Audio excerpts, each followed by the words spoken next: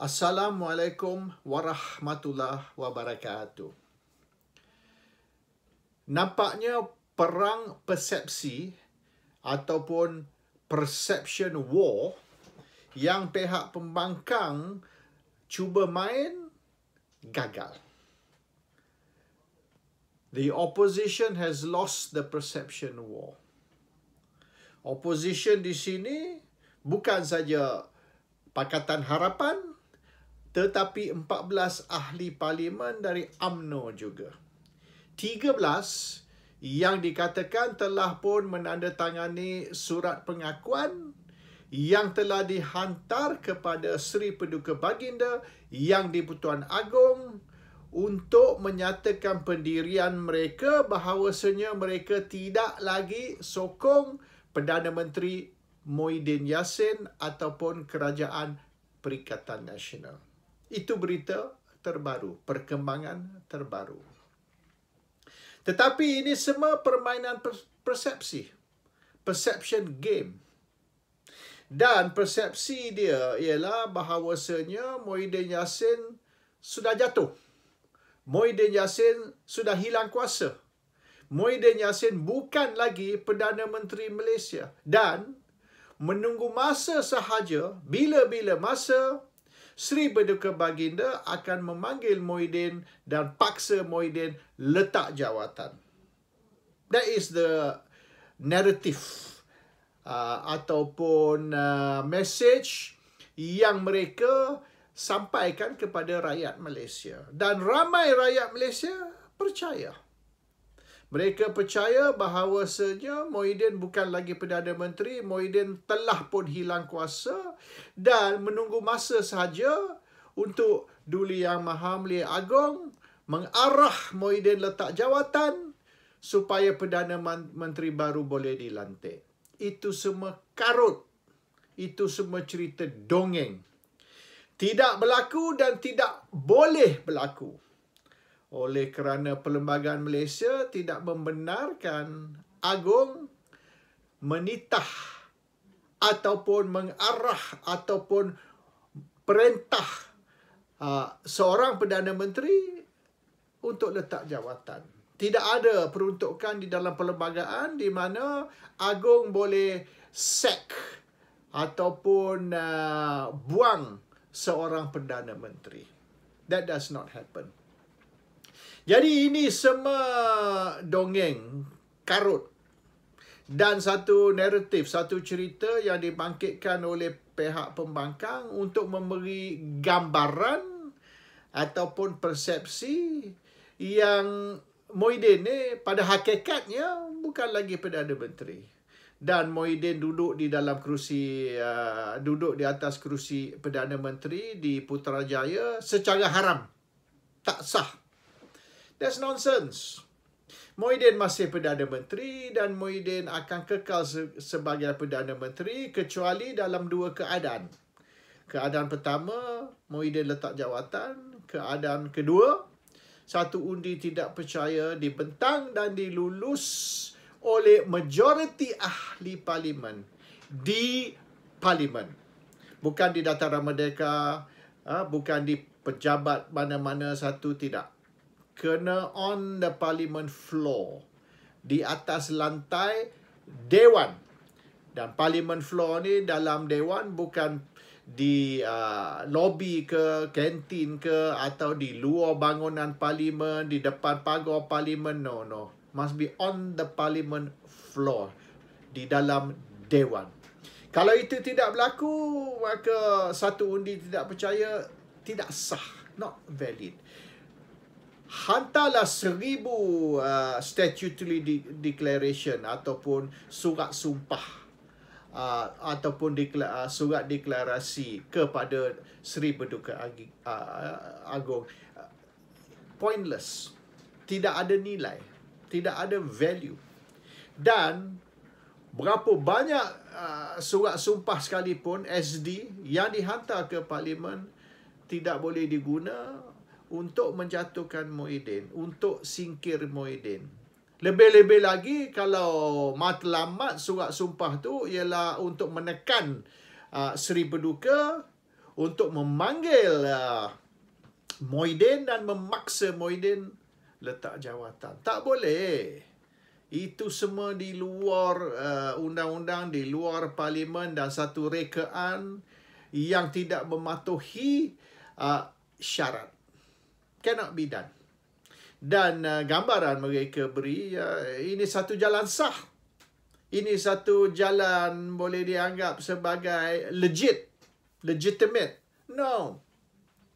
Surat sumpah is not enough. Agong tidak boleh bertindak di atas surat sumpah.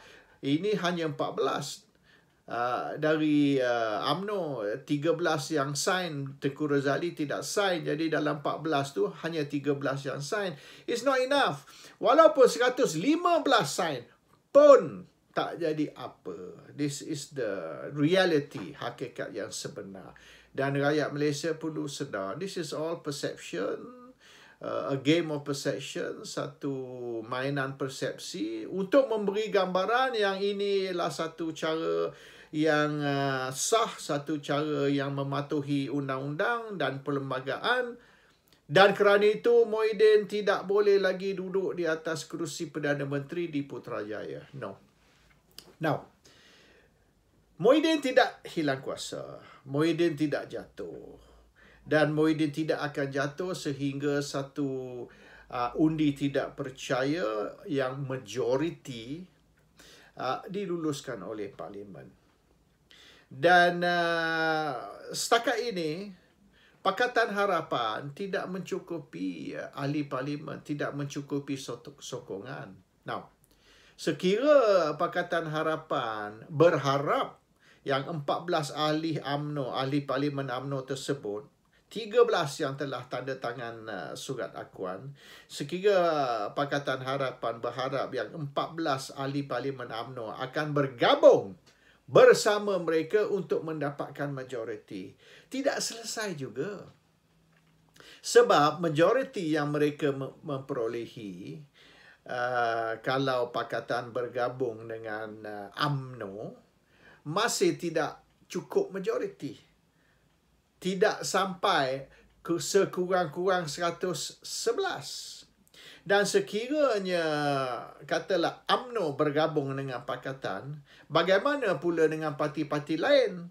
Parti yang dianggap sebagai parti bebas, misalnya Warisan, Pejuang, Muda dan sebagainya. Mereka pun ada juga beberapa ahli parlimen yang sekiranya mereka menyokong Muhyiddin untuk terus menjadi Perdana Menteri, maka Pakatan bersama UMNO pun tak cukup.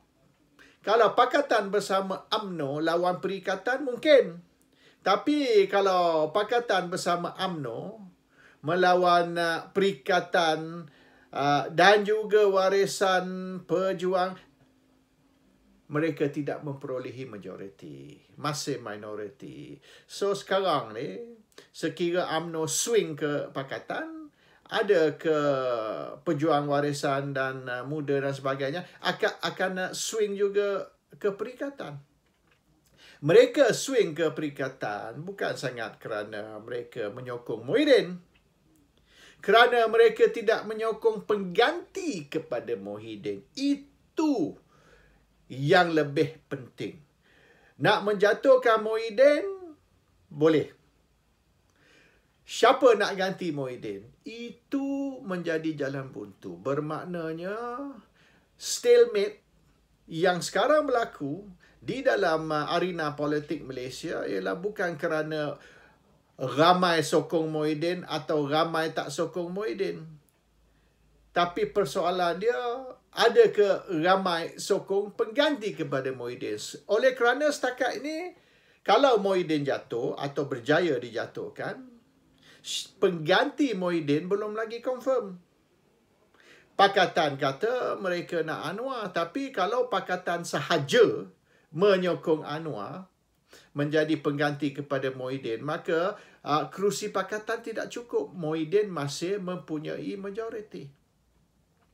Dan sekira UMNO swing 14 ahli parlimen UMNO swing dan bergabung dengan pakatan untuk memberi mereka undi, bukan majoriti, undi lebih dari perikatan, tapi masih minoriti, cuma minoriti besar banding dengan mungkin perikatan ni minoriti yang lebih kecil. Tapi sekira UMNO join dengan pakatan, cadangan mereka ialah menjatuhkan Muhyiddin dan ganti dengan Anwar, maka parti-parti lain macam Warisan Pejuang Muda akan swing pula kepada perikatan. Mereka akan support perikatan untuk kekalkan Muhyiddin sebagai Perdana Menteri, bukan kerana sayang Muhyiddin tapi kerana benci Anwar. Itu yang akan berlaku. So setakat ni mereka neutral, mereka bebas atau berkecuali. Tapi mereka berkecuali hanya setakat melihat sekira Muhyiddin jatuh, siapa akan ambil alih. That's the issue. Kalau Muhyiddin jatuh, diambil alih oleh Anwar, maka mereka akan masuk sokong Muhyiddin untuk menyekat Anwar. That is what is going on. Macam main chess lah. Di mana you tunggu check and then checkmate opponent you. That is what terutama sekali Parti Pejuang dan juga Parti Warisan yang tidak menyokong Anwar, mereka akan melihat sekira perlu mereka menyokong Muhyiddin semata-mata untuk menyekat Anwar, maka mereka akan sokong Muhyiddin hanya kerana tak mahu Anwar. And PKR tahu. Dan PKR tahu mereka tidak boleh mendapat satu undi yang majoriti ataupun undi yang cukup untuk nak menjatuhkan Muhyiddin melalui undi tidak percaya. Jadi mereka nak guna Agong untuk nak paksa Muhyiddin turun. Nak suruh Agong tekan Muhyiddin, suruh dia letak jawatan ataupun buang Muhyiddin dan ganti dengan Perdana Menteri baru.